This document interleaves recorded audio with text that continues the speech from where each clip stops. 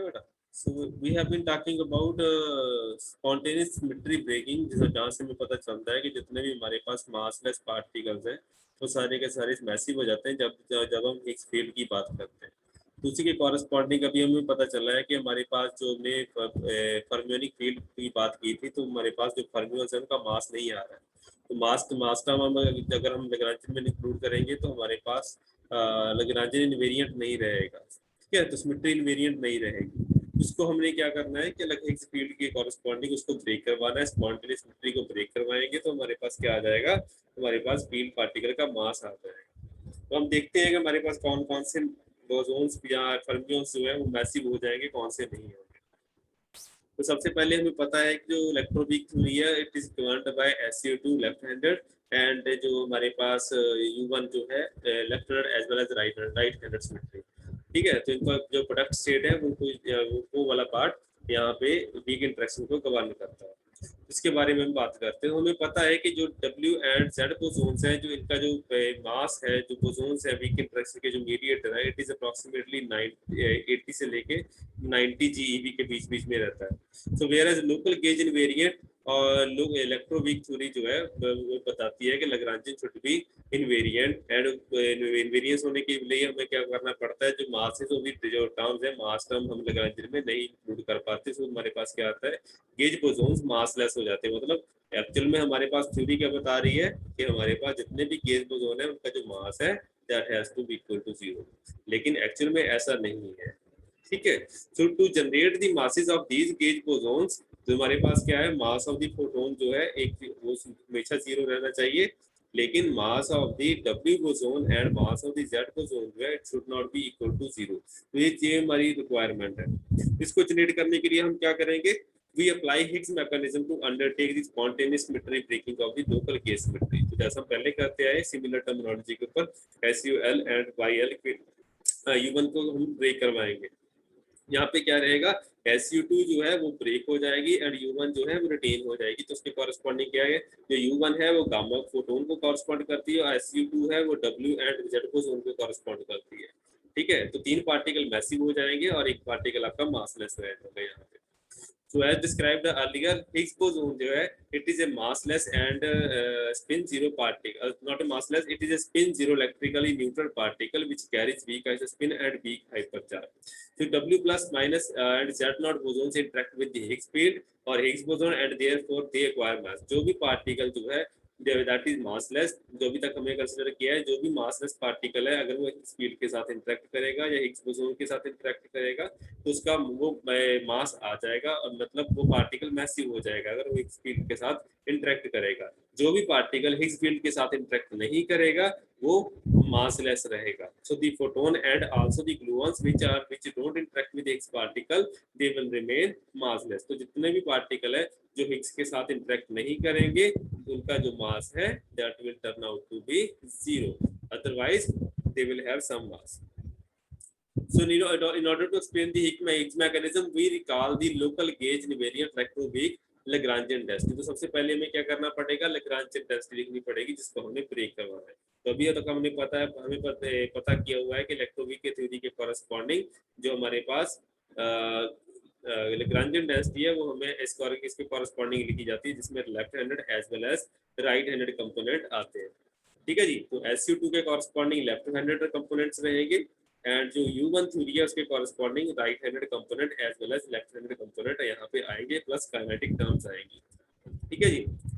तो choice of the Higgs field कौन सी होनी चाहिए, तो हमें पता है कि हिग्स पार्टिकल जो होता है वो बोसोन है and it is should be a scalar particle, ठीक है, जिसका चार्ज नहीं है, इट कैरी सम मास लेकिन अदरवाइज न्यूट्रल पार्टिकल है, स्केलर पार्टिकल है। तो उसके लिए हमें स्केलर फील्ड चूज करनी पड़ेगी। तो स्केलर फील्ड के कॉरेस्पॉन्डिंग हम क्या करेंगे, जो हमने पहले कंसिडर किया हुआ है दैट इज फाई, उसको हम यहाँ पे इंट्रोड्यूस कर देते हैं, तो जिसको हमने पहले इंट्रोड्यूस कर रखा है। तो scalar field for the case of Higgs field it can be written in terms of call mu phi tiger and call mu phi minus mu square phi tiger phi minus lambda phi tiger phi the whole square, in which phi जो mu square है it is less than 0 which it will lead to spontaneous symmetry breaking and lambda has to be greater than 0 for the proper ground state। इसकी corresponding हमारे पास जो कुछ parameter है जो हमने ऑलरेडी डिफाइन किए हुए हैं, इन पैरामीटर्स के कॉरेस्पॉन्डिंग हमारी जो सिमेट्री है वो ब्रेक कर जाती है। तो लोकल केस सिमेट्री है, उसको इनवेरिएंट करने के लिए हम कोवेरिएंट डेरिवेटिव की हेल्प लेते हैं, वो हमें ऑलरेडी पता है। SU2 की बात कर रहे हैं, SU2 में हमें पता है कि curl mu plus iota G1 T of A into W mu A के कॉरेस्पॉन्डिंग ये SU2 का पार्ट आ जाता है, और ये वाला पार्ट जो है U1 सिमेट्री का पार्ट आ जाता है। तो कोवेरिएंट डेरिवेटिव दोनों का मिक्सअप रहेगा। उसके कॉरेस्पॉन्डिंग हमारे पास ये लैग्रांजियन डेंसिटी है, तो इसको हम क्या करेंगे, इनकॉर्पोरेट करेंगे इन दी ओरिजिनल लैग्रांजियन। तो टोटल लैग्रांजियन क्या रहेगा, लैग्रांजियन ओरिजिनल जो हमने इलेक्ट्रोवीक इनवेरिएंट लैग्रांजियन है उसमें हम क्या करेंगे, हिग्स फील्ड इंट्रोड्यूस कर देंगे, तो उसकी वजह से क्या रहेगा, हमारी सिमेट्री जो है वो ब्रेक कर जाएगी। ठीक है, तो यहाँ पे हम काइनेटिक टर्म्स नहीं ऐड कर रहे हैं, काइनेटिक टर्म्स हमारी जो है ओरिजिनल लैग्रांजियन से ही आ जाएंगी। So to get the masses of the W plus minus and Z mediators of the weak interaction. So to keep the Lagrangian density gauge invariant, Weinberg suggested that the Higgs field must not be a one but a four component field. तो जो Weinberg ने suggest किया था कि हमारे पास चार तरह के मीडिएटर होते हैं, एक W प्लस होता है, एक W माइनस, एक Z होता है, एक गामा होता है। तो चार तरह के कंपोनेंट फील्ड होने चाहिए हिग्स फील्ड के कॉरेस्पॉन्डिंग यहाँ पे। ठीक है, उसके हिसाब से हम इसको यूज करेंगे। तो हिग्स फील्ड के कॉरेस्पॉन्डिंग क्या आ गया, 1 plus square root 2 phi 1 plus iota phi 2 phi 3 plus iota phi 4। मतलब यहाँ पे 2 कंपोनेंट फील्ड होगी, 4 कंपोनेंट्स है, इनको कॉम्प्लेक्स स्केलर फील्ड है, तो हम क्या कर रहे हैं, it will be written as phi dagger and phi plus and phi naught के कॉरेस्पॉन्डिंग इसको लिखा जाता है।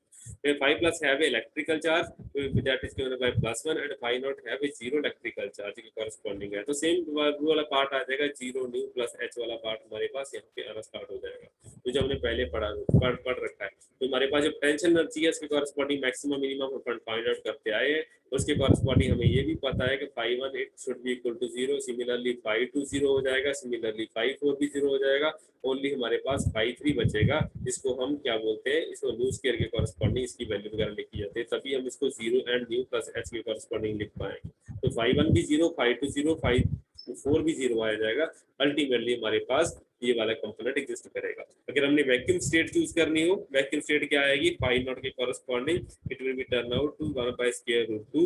अगर ग्राउंड स्टेट चूज करनी हो, वैक्यूम स्टेट जिसको हम बोलते हैं, इसको न्यू के साथ लिखा जाता है। तो phi naught has only lower component not vanishing, otherwise all things are 0। That is the simplest case जो हम वैक्यूम स्टेट को चूज कर सकते हैं। ये 2 कंपोनेंट फील्ड है, इसके कॉरेस्पॉन्डिंग v का स्पिन क्या आएगी बेटा, डबलेट है तो 1/2 आ जाएगा। नीचे वाला कंपोनेंट हमने नॉन जीरो बनाना है, it should be having -1/2 and scalar field है, तो इसकी वजह से क्या आएगा, हाइपर चार्ज इसका 1 आ जाएगा। तो ये चीजें आपने बेटा याद रखनी है, एक पार्टिकल के लिए आपको एग्जाम में पूछा जा सकता है। तो हैज फ्रॉम द रिलेशन हमारे पास क्या है, जो चार्ज रहेगा v का वीक चार्ज रहेगा, that will turn out to be y divided by 2। ये इसके कॉरेस्पॉन्डिंग क्या रहेगा, t3 क्या है, -1/2 हो गया, हाइपर चार्ज कितना हो गया, 1/2 हो गया। तो अल्टीमेटली आपके पास क्या आएगा, जो चार्ज ऑपरेटर रहेगा that will turn out to be 0। मतलब चार्ज ऑपरेटर की वैनिशिंग हो जाएगी यहाँ पे। तो इसकी वजह से क्या होगा, जब चार्ज ऑपरेटर वैक्यूम स्टेट के ऊपर ऑपरेट करेगा तो आंसर क्या आएगा, 0। अगर हम इसको ट्रांसफॉर्म करने की बात करेंगे, that will turn out to be iota alpha into operator into phi naught, उसके corresponding क्या आएगा बेटा, that will be e raised to power 0, it will turn out to be 1 and phi prime should be equal to phi naught के बराबर आ जाएगा। मतलब vacuum state same रहेगी, वो ट्रांसफॉर्म होगी, लेकिन एज सच सेम स्टेट रहेगी। ठीक है जी। तो 10 phi नॉट जो है इनवेरिएंट रहेगा। मतलब क्या है कि जैसे ही आपने एक स्केलर फील्ड इंट्रोड्यूस किया है, तो आपकी जो सिमेट्री है वो रिटेन रह रही है। इसकी चार्ज ऑपरेटर किसका ऑपरेटर है, that is operator of the U1 symmetry. मतलब U1 सिमेट्री जो है वो रिटेन रहेगी और SU2 है वो ब्रेक हो जाएगी यहाँ पे। इसकी वजह से आपके पास क्या रहेगा, पार्टिकल का जो मास है, जो मीडिएटर है, that is photon. For the case of electromagnetic interaction it will turn out to be 0, उसका मास 0 रहेगा। So vacuum state chosen breaks both the SU2 and U1 gauge symmetry but does not break the U1 electromagnetic symmetry। तो ये वाली symmetry तो break हो जाती है, लेकिन इलेक्ट्रोमैग्नेटिक सिमेट्री यहाँ पे गेज सिमेट्री ब्रेक नहीं होती है। Due to the breaking of the above gauge symmetries W plus minus and Z not acquire mass and due to invariance of the U1 electromagnetic gauge symmetry photon remains massless। तो यहाँ पे आपका photon जो है, जिसका जो mediator है वो चार्ज ऑपरेटर आता है, उसके कॉरेस्पॉन्डिंग जो फोटोन है वो मासलेस रहेगा। So having obtained the correct my vacuum state, the fluctuations of our phi naught may generate any scalar field. These steps probably we may be repeated to get the Higgs doublet. ये वाले सारे के सारे step हम repeat कर सकते हैं जो हमने पहले कंसिडर किए हैं। तो ये सारे के सारे स्टेप आप प्रीवियस लेक्चर से आप टैली कर सकते हैं। तो ये वाली स्केलर फील्ड जो है हम लिख के चल सकते हैं, बिकॉज हम इसको फ्लक्चुएशन के कॉरेस्पॉन्डिंग लिख सकते हैं। तो एक्चुअल जो फाई नॉट स्टेट है that is your ground state, उसके कॉरेस्पॉन्डिंग उसके अराउंड आप फ्लक्चुएशंस कंसीडर कर सकते हैं, that is given by phi या वाई सीधा फील्ड आप लेके चल सकते हैं। तो therefore it is the above Higgs field which has to be used in Lagrangian। तो ये वाली स्केलर फील्ड जो है हम Lagrangian 2 में यूज करेंगे एंड उसको L जो हमारे प्रीवियस Lagrangian है for the case electroweak theory उसमें ऐड अप कर देंगे। इसको आप ऐड अप कैसे करेंगे, ये आपका जो कंपोनेंट्स वगैरह लिखे हुए हैं this in these are the nothing but ले आपके जो कंपोनेंट्स हैं जो कपलिंग कांस्टेंट के साथ आपके पार्ट आ रहे हैं वही लिखे हुए, that is just like curl mu plus iota G1 and tau divided by 2 into W plus iota G2 y divided by 2 into b or something like that। ये सारे का सारा कोवेरिएंट डेरिवेटिव का पार्ट है, सेपरेट कर दिया हुआ है, इसकी वजह से आपको थोड़ा सा नया लगेगा लेकिन है कुछ नहीं है, सेम ही। तो लैग्रेंजियन डेंसिटी में जैसे ही आप स्केलर फील्ड को इंट्रोड्यूस करेंगे तो आपके पास कुछ ना कुछ टर्म्स आनी स्टार्ट हो जाएगी। जैसे ही आप इनको सॉर्ट आउट करेंगे तो अल्टीमेटली आपके पास ये वाली फील्ड्स सारी की सारी टर्म्स जो है खुल के बाहर आ जाएंगी। तो आपके पास जो लैग्रेंजियन की वैल्यू रहेगी, लैग्रेंजियन डेंसिटी रहेगी, that is the scalar field Lagrangian that will happen to be like this. तो ऐसा आपके पास लैग्रेंजियन डेंसिटी आ जाएगी जिसके में आपको पता चलेगा कि ये h स्क्वायर क्या है, ये वाली आपके पास हिग्स पार्टिकल का मास आ जाएगा। So mass of the Higgs particle क्या आ जाएगा, यहाँ पे आप इसको कंपेयर कर सकते हैं, मास टर्म 1/2 m स्क्वायर के कॉरेस्पॉन्डिंग आ जाएगा, अल्टीमेटली यहाँ पे आ जाएगा lambda into new square h square के कॉरेस्पॉन्डिंग है, इसको आप यहाँ से कंपेयर कर सकते हैं। तो यहाँ पे भी आप कंपेयर कर पाएंगे, जो W फील्ड है उसके कॉरेस्पॉन्डिंग जो मास है that will turn out to be, यहाँ से निकाल सकते हैं that will happen to be G1 square nu square divided by 8 से निकाला जा सकता है। ठीक है, तो इनका डायरेक्ट रिलेशन यहाँ से निकाला जा सकता है। तो ये वाला पार्ट आप यहाँ से W2 जो है मतलब चार्ज पार्टिकल जो है उसके कॉरेस्पॉन्डिंग भी पार्ट मास जो है W plus and W minus के कॉरेस्पॉन्डिंग जो है सेम सा आएगा। बाकी वाला पार्ट जो है बिकॉज हमारे पास जेड बोसोन जो है एंड जो हमारे पास फोटोन है, ठीक है, एम्यू जो है इसके कॉरेस्पॉन्डिंग ये मिक्सअप रहते हैं, इसको निकालने के लिए W3 एंड B जो B है वो मिक्सअप रहेगा। इनको हम जो प्रीवियस लेक्चर वगैरह आप देख सकते हैं उनमें जो हमने जेड और एक एक्सप्रेशन लिखे हैं वो वाले यहाँ पे फीड करेंगे तो अपने रिजल्ट आपके आने स्टार्ट हो जाएंगे। So you will be finding out Z2 and Z2 की कॉरेस्पॉन्डिंग जो टर्म आएगी तो जेड बोसोन का मास देगी एंड एम्यू के कॉरेस्पॉन्डिंग जो टर्म आएगी वो फील्ड पार्टिकल का मास देगी, दैट इज फोटोन, लेकिन वो 0 रहेगा। ठीक है, तो सारी पार्ट आप यहाँ पे देख सकते हो, सारी की सारी चीजें आपने नोट डाउन करनी है। तो जैसे ही आप ये फील्ड टेंसर है आपके पास इलेक्ट्रोमैग्नेटिक फील्ड टेंसर है यहाँ पे और उसके कॉरेस्पॉन्डिंग इलेक्ट्रोवीक फील्ड टेंसर है, तो उसके कॉरेस्पॉन्डिंग आप सारी की सारी वैल्यूज वगैरह खोल के दे सकते हैं, बिकॉज इनकी जो प्रॉपर जो आपके ट्रांसफॉर्मेशन प्रॉपर्टीज है वो आपके पास ये आपके जब फ्री पार्टिकल है फ्री टर्म्स है उसके कॉरेस्पॉन्डिंग जो इंटरेक्शन टर्म्स भी आपके पास आएंगी, ज्यादा डिटेल में नहीं जाऊंगा तो आप खुद भी एक्सप्लोर कर सकते हैं। ये सारी की सारी टर्म्स आपके पास आ जाएंगी, जो फ्री टर्म्स है फ्री टर्म्स के कॉरेस्पॉन्डिंग आप इसको देख सकते हैं कि आपके पास पार्टिकल का मास आना स्टार्ट हो जाएगा। तो सब्स्टिट्यूटिंग आपके पास क्या आएगा, जितने भी फील्ड पार्टिकल्स हैं जो आपके पास W1 है इसके कॉरेस्पॉन्डिंग फील्ड पार्टिकल के कॉरेस्पॉन्डिंग आ जाएगा, ये भी निकल के बाहर आ जाएगा। तो अल्टीमेटली आपके पास ये वाले पार्ट आने स्टार्ट, ये फील्ड टेंसर है, ये वाला आपका पार्टिकल का मास देगा, ये वाला पार्टिकल का मास देना स्टार्ट हो जाएगा जो मैंने आपको पहले बताया। So but we don't have similar terms for the W3 and PU, ये मैं सारा आपको ऑलरेडी एक्सप्लेन कर दिया। तो ये वाला पार्ट आप यहाँ से निकाल के देख सकते हैं। ठीक है, ये आपके W1 एंड W2 के कॉरेस्पॉन्डिंग पार्टिकल का मास आ जाएगा। और जो आपके पास मिक्स्ड फील्ड है W3 एंड Bmu उनके लिए आपको Zmu एंड Amu की वैल्यू वगैरह डालनी पड़ेगी तभी आप इनको सॉल्व कर पाएंगे। तो अगर वैल्यू डालेंगे तो आपके पास Z बोसोन के कॉरेस्पॉन्डिंग पार्टिकल का मास आपके यहाँ पे निकल के बाहर आ जाएगा। इसको आप कंपेयर कर सकते हैं 1/2 m स्क्वायर के कॉरेस्पॉन्डिंग।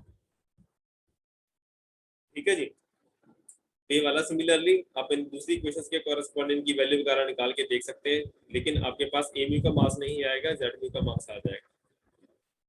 सारी की सारी वैल्यूज जो टोटल लैग्रेंजियन डेंसिटी है बेटा, टोटल लैग्रेंजियन डेंसिटी सारी की सारी वैल्यूज डालने के बाद आपके पास ऐसी आएगी, जो W1 है उसके कॉरेस्पॉन्डिंग पार्टिकल का मास आएगा, W2 के कॉरेस्पॉन्डिंग पार्टिकल का मास आपके पास निकल के आ जाएगा, तो Z बोसोन है उसके कॉरेस्पॉन्डिंग आपका पार्टिकल का मास आएगा, लेकिन ये वाला टर्म आपने खुद इंट्रोड्यूस किया है, साथ में 0 लिखा हुआ है, मतलब ये वाला पार्ट जो है वो मासलेस रहेगा। मतलब 3 पार्टिकल मैसिव, 1 मासलेस रहेगा, बाकी सारे सारे पार्ट आपको यहाँ पे देखने के लिए मिल जाएंगे।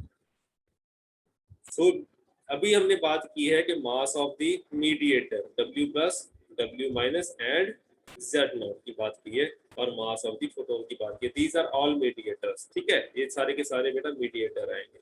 लेकिन अभी तक हमने फर्मियंस की बात नहीं की है। So these are bosons, previously जो हमने डिस्कस किया।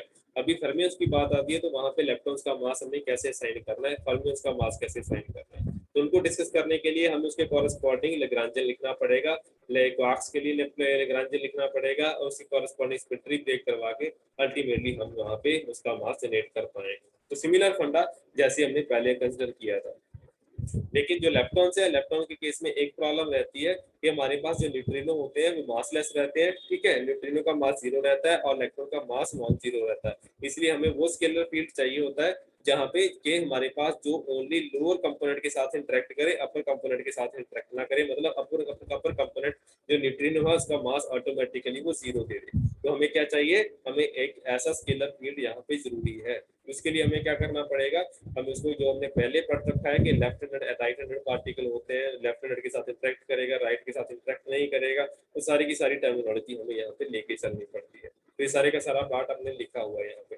तो डबलेट है, लेफ्ट हैंड डबलेट, उसकी बात कर सकती है बेटा। तो लेग्रांजन क्या रहेगा जो हमारे लिए यहाँ पे चाहिए, Lagrangian has to be written like this thing. हमारे पास जो कपलिंग कांस्टेंट रहेगा that will be separate psi bar. हमें यहाँ पे क्या करना पड़ेगा, लेफ्ट हैंडेड एंड उसके कॉरेस्पॉन्डिंग, मैंने आपको पहले भी बताया हुआ है कि यहाँ पे left hand and right hand का चक्कर हमेशा रहेगा, और इसके कॉरेस्पॉन्डिंग ऐसी टर्म्स आपको यहाँ पे देखने के लिए मिलेगी। बिकॉज जो आपका स्पिन डबलेट है वो स्पेशल स्पिन डबलेट के साथ ही इंटरेक्ट करेगा, स्पिन सिंगलेट के साथ इंटरेक्ट नहीं करेगा। सो स्पिन डबलेट जो रहेगा that will interact only with the spin doublet, and spin singlet जो आपका सिंगलेट है वो सिंगलेट के साथ ही इंटरेक्ट करेगा। इसी वजह से आपको क्या करना पड़ता है, आपके साथ अगर साइड एल है तो इसके कॉरेस्पॉन्डिंग आप ऐसी टर्म यहाँ पे नहीं लिख सकते। आपको क्या करना पड़ेगा, आपको यहाँ पे लिखने के लिए आपको स्केलर फील्ड चूज करनी पड़ेगी इसके साथ, that will be written as psi R के कॉरेस्पॉन्डिंग। तभी हमने स्केलर फील्ड यहाँ पे इंट्रोड्यूस की है, तभी आपका जो पार्टिकल है, बिकॉज जो स्केलर फील्ड है वो डबलेट आ जाएगा, तो डबलेट सिंगलेट के साथ इंटरेक्ट करेगा, that will B doublet, and ये ऑलरेडी डबलेट है, तभी आपका लैग्रांजियन इनवेरिएंट रहेगा, अदरवाइज लैग्रांजियन इनवेरिएंट वगैरह नहीं रहेंगे। तो तभी हमने ऐसी टर्म्स यहाँ पे लिखी हुई है। बाकी सारा पार्ट आपको ऑलरेडी पता है, बिकॉज मुझे पता है कि मैंने ओनली मेरा स्केलर फील्ड ऐसे डिजाइन करना है कि लोअर कंपोनेंट नॉन जीरो रहे, upper component should be equal to 0। तो बाकी सारे part, upper component should be 0, lower component should be non zero, इसकी कॉरेस्पॉन्डिंग मैंने यहाँ पे लिखना है। तो new Lagrangian will turn out to be, जैसे वह सारी की सारी वैल्यूज डाल लीजिए, साई बार एल क्या रहेगा, it will B A neutrino, electron के कॉरेस्पॉन्डिंग इसको आप कैसे लिखते हैं, न्यूट्रिनो के बाद एंड उसके बाद इलेक्ट्रॉन की कॉरेस्पॉन्डिंग आप ऐसी टर्मिनोलॉजी लिख के जाते हैं, सारी की सारी वैल्यूज आप डाल सकते हैं। राइट हैंडेड पार्ट कैसा रहेगा, राइट हैंडेड सिंगलेट्स होते हैं, इसकी वजह से इसका डबलेट नहीं आता है, तो सारे की सारी वैल्यूज डाल के आप इसकी वैल्यूज को सॉल्व कर सकते हैं। तो लैग्रांजियन जैसे ओनली हमने अभी क्या कंसीडर किया है, ओनली फर्स्ट जनरेशन कंसीडर किया है, इसलिए क्या आएगा, इलेक्ट्रॉन के कॉरेस्पॉन्डिंग जो पार्टिकल का मास है वो निकल के बाहर आ जाएगा, एंड जो उसकी इंटरेक्शन है हिग्स फील्ड के साथ वो भी निकल के बाहर आ जाएगी। तो इलेक्ट्रॉन का मास क्या है, इसके given by GE into nu divided by m square root 2 के कॉरेस्पॉन्डिंग आ जाता है, ठीक है, इसके कॉरेस्पॉन्डिंग आपका बाहर निकल के आ जाता है। सो जो उसके साथ इंटरेक्शन टर्म है हिग्स की इलेक्ट्रॉन के साथ, that will turn out to be approximately mass of the electron divided by nu हमारा एक कांस्टेंट वैल्यू है। सो जो स्केलर फील्ड के साथ इलेक्ट्रॉन की इंटरेक्शन है that is given by the mass of the particle. जितना ज्यादा पार्टिकल ज्यादा मैसिव होगा उतनी ही हिग्स फील्ड की इंटरेक्शन उसके साथ ज्यादा होगी, मतलब हिग्स फील्ड उस पार्टिकल के साथ ज्यादा इंटरेक्ट करेगा जिसका मास ज्यादा होगा, ठीक है, ये चीज आप यहाँ पे टेक केयर कर सकते हैं। उसके बाद masses of quarks weak interaction की बात कर रहे हैं, और हमें यहाँ पे जनरेशन को कंसिडर करना पड़ेगा, जनरेशन मिक्सिंग को भी कंसिडर करना पड़ेगा, जीएम मैकेनिज्म भी कंसिडर होगा। उसके कॉरेस्पॉन्डिंग हमारे पास जनरेशन जो है D prime S prime and B prime के कॉरेस्पॉन्डिंग आएंगी। ये सारे के सारे कंट्रीब्यूशन आपको यहाँ पे कंसिडर करनी पड़ेगी। लेप्टॉन के केस में वहां पे क्या था कि अपर जो पार्ट है वहां पे वो उसका मास 0 था, लेकिन यहाँ पे क्या है, मास किसी भी पार्टिकल का 0 नहीं आएगा, इसलिए आपको क्या करना पड़ेगा, तो अलग तरह के सिंगलेट फील्ड यहाँ पे कंसिडर करने पड़ेंगे ताकि आपके पास सब पार्टिकल का मास आए, ऐसा ना हो कि एक पार्टिकल का मास आ गया दूसरे का रह गया। तो ऐसी चीजें यहाँ पे देखने के लिए मिलनी नहीं चाहिए आपको। तो यहाँ पे आप क्या करेंगे, एक ओल्ड जो आपके पास हिग्स डबलेट है, न्यू करने की आपको हिग्स डबलेट बनाना पड़ेगा। यहाँ पे जैसे हमने पहले किया था 5 पॉजिटिव एंड 5 नॉट में आपने डिजाइन किया था, यहाँ पे आप क्या करेंगे, यहाँ पे आप एक नया स्केलर फील्ड डिजाइन करेंगे, that will be given by -5 tiger and 5 minus के कॉरेस्पॉन्डिंग। तो ऐसी चीजें आप यहाँ पे कुछ करके देखेंगे। ठीक है जी, वी ऑलरेडी नो, जो चीज मैंने आपको दिखा रखी है, ये स्केलर फील्ड आपने ऑलरेडी डिजाइन कर रखा है, इसके कॉरेस्पॉन्डिंग आपके पास लोअर पार्टिकल का मास आ जाता है, अपर पार्टिकल का 0 रह जाता है। तो आपके पास क्या करना पड़ेगा, आपको दूसरा स्केलर फील्ड भी डिजाइन करना पड़ेगा -5 नॉट बार एंड उसके 5 माइनस के कॉरेस्पॉन्डिंग। उसका उल्टा भी करना पड़ेगा ताकि अपर वाला पोर्शन 0 हो जाए, नीचे वाला 0 हो जाएगा, अपर वाला रह जाए। ठीक है, इसका कंपोनेंट 0 हो जाएगा, अपर वाला बच जाएगा। इसकी वजह से हमारे पास पार्टिकल का मास आना स्टार्ट हो जाएगा। ये चीज सिमिलर सी है, कंजुगेट टाइप है, मतलब इसमें अपर पार्ट 0 है, इसमें लोअर पार्ट 0 है, अदरवाइज आपका पार्ट जो फर्मियन है उसका मास नहीं आएगा। ठीक है, यहाँ से आप चेक कर सकते हैं कि जो आपको आके उसका मास यहाँ पे आपको देखने के लिए मिल जाएगा। ये इसकी इंट्रैक्शन टर्म है, ये इंट्रैक्शन टर्म है। ठीक है, तो आप जो आपके पास आपको आक है, आपको आक के कॉरेस्पॉन्डिंग मास निकालने जाएंगे तो जी आपको आक का जो कपलिंग कांस्टेंट है into nu divided by square root 2 रह जाएगा। एंड डाउन को आक की बात करें तो डाउन को आक जो है बेटा, उसके कॉरेस्पॉन्डिंग जो मास है इट इज डाउन को आक का coupling constant divided by root 2 आपका रहेगा। तो यू कैन फाइंड कि आपका जो लैग्रांजियन है for the case of quarks, वो आपका new Lagrangian will be written like this thing, तो -md * d bar d u bar u and p bar dh, ये आपके इंटरेक्शन टर्म रहेगी। ये भी आपकी इंटरेक्शन टर्म रहेगी, एक मास टर्म रहेगी, एक इंटरेक्शन टर्म हमेशा रहेगी। तो ये सारे के सारे पार्टिकल आपके पास यहाँ पे आ जाएंगे। तो जो प्रॉब्लम थी, काफी सारी प्रॉब्लम्स हमने ऑलरेडी सॉल्व कर रखी है कि हमारे पास फिक्स फील्ड जैसे इंटरेक्ट करवाएंगे तो पार्टिकल का मास आना स्टार्ट हो जाएगा। जो पार्टिकल मासलेस है, ऑलरेडी मासलेस है, उसको हम टेक केयर करेंगे by using a proper scalar field. तो strength of the weak interaction कहाँ से पता चलेगी, strength of the weak interaction हमें पता चलेगी जब हमारे पास फील्ड पार्टिकल का मास आ जाएगा। हमें ऑलरेडी पता है कि डब्ल्यू बोसोन का जो पास मास है दैट इज 80 GeV के अराउंड होता है, एंड जो जेड बोसोन है उसका जो मास है दैट इज 90 GeV के अराउंड होता है।